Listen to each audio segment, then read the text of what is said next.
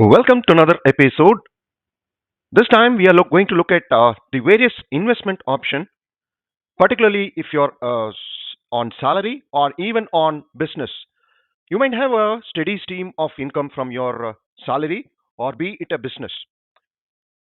So if you want to invest them, so where do we invest?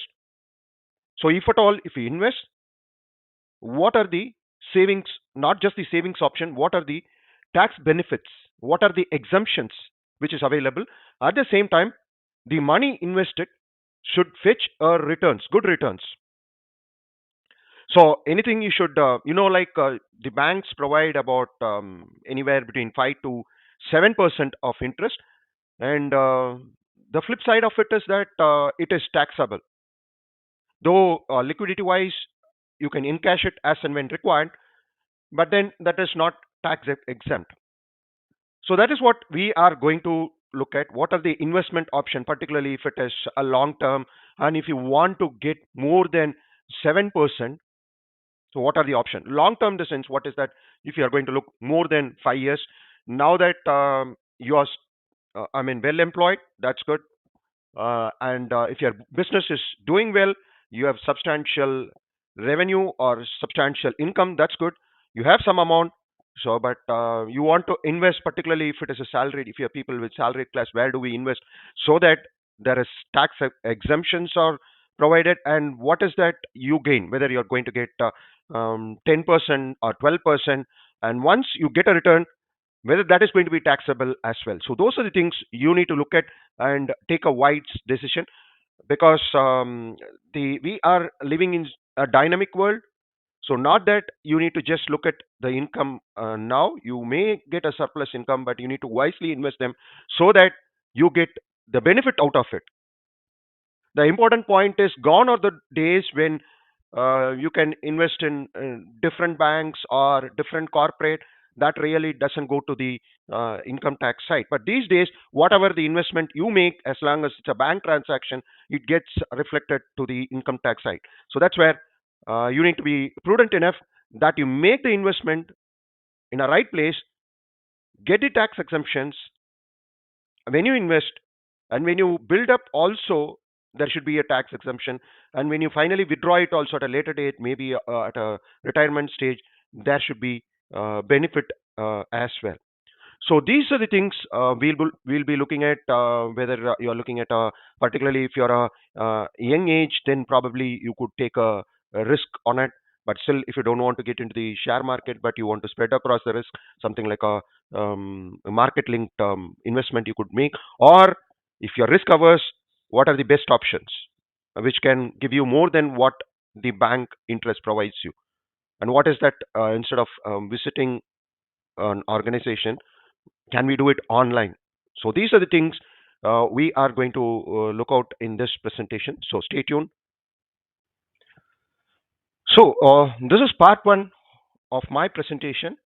So investment option in India for savings and tax benefit. This will provide you just a overview as what are the options we have. Whether you are looking for a fixed stream, that means low at risk, or if you are willing to take a risk, that's fine. One thing you need to keep in mind is that don't just get carried away with what is being said orally by various investment, they call themselves as an investment advisor. Don't get carried away by that. So what you need to do is you need to do a proper homework. So whatever you do, if it is basically people look out for, they are ready to take a risk, but then they would like to take a mutual fund way, and plus they want to have safe and secured investment. So ideally you need to spread across of all of them. So some should be on a safest investment, could be on the FT part, and maybe a certain percentage could be on a high risk meaning that will take a longer period of time. Longer period of time, it is what is going to take. So that way, you need to really spread it across. So before making an investment, you need to really consider these factors in mind. So the first one is safety and security. So that is important. Safety in the security in the sense, you are not going to lose lose the money in the sense, if it is, this could be, the money could be guaranteed, like banks, it is low risk. The FDs are the lowest risk. Similarly, any government-backed bonds or PPF, Public Provident Fund, or Employee Provident Fund, those are low risk. But if you look at the percentage of returns, this could be anywhere between 5 to maximum of 9%, not more than that. So, but they are the most safest one, most stable one, because they have the backing of the government. So safe and security, but that way the return on investment might be much lower. Whereas if you get into the stock market, the risk could be much more, but returns could be more as well. So having said that, keep in mind, generally, it's always between, if you are going to invest in any of the fixed deposit investment, PPF, EPF, or be it market linked, on per annum basis, it could be 12 to 14% is what is a general return. Keep away all the short term ones. Sometimes it so happens that on a short term, it could rise, the market could rise. If you're invested on the mutual funds, it could suddenly rise and there could be a drop. Don't consider that. If you're a investor who is looking for a long term benefit, generally it's about 12 to 14%. Long term, the sense, it's about 3 to 5 years plus is what I'm looking at. Then overall, it's about 12 to 14 is the max. The more time is there, naturally it's 14% is what you will get. So safety and security factor you need to consider. Number two, return of investment, that we already discussed as well. So it could be anywhere between uh, 7% to max of 14%. That is organized sectors I'm considering. I'm not considering. There are so many hook and crook ways. They say they'll give 20%, 30%, but they are highly, highly unsecured. So more organized way where you get the tax benefit for your investment. Those are, there is an exemption while you accumulate. Also there could be exemptions while you withdraw also. So that also we'll see. It is something called as triple E, and there is ETE, and there is EET. So there are different forms in the that is investment type. So return on investment, schedule and duration, short term and long term is somewhere.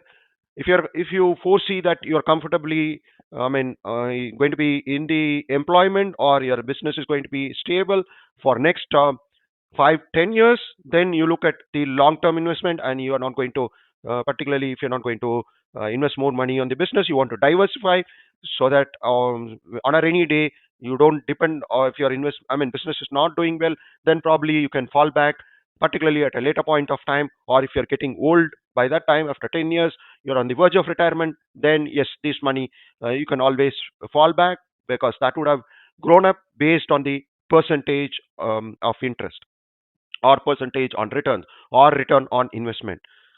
So what you need to ideally consider is on the exempt, whether, because while IT filing, whether it qualifies for ATC, is there going to be any TDS, is there going to be any capital gains, because particularly on the stock market you could have the capital gains, capital invested, it has grown, because apart from the dividends, the capital has grown. This could be on the real estate, gold, stock market. All these are bound to have capital gains as well.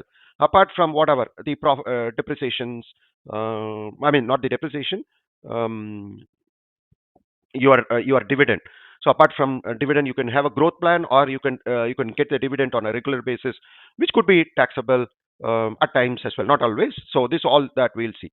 And tax types, the tax type is, this is where it is called triple E, exempt, exempt, exempt. When you contribute under ATC, you can get the exemption, and when it accumulates, like EPF, PPF, when it accumulates, it's exempt. And when you withdraw, particularly after your retirement, you withdraw, there could be exemptions as well.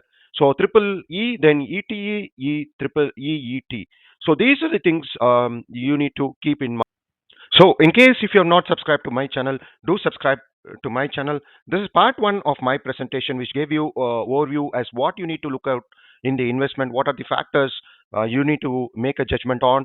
And then I'll be discussing furthermore, that is on the fixed deposit part, and then as which is all government backed, EPF, PPF, NPS. The NPS, that is National Pension Scheme, was introduced in 2004 initially for the government sector, and from 2009 onwards it was rolled out to the private. We'll see that.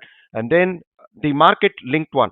Of course, NPS is market linked one. And what are the other things like mutual benefit, which will give you the advantage on your returns, plus which one are the tax exempt as well, whether it is triple E or whether it's to be taxed at a certain stage. We look at that. So please do subscribe to my channel. Thanks for watching. Cheers and bye.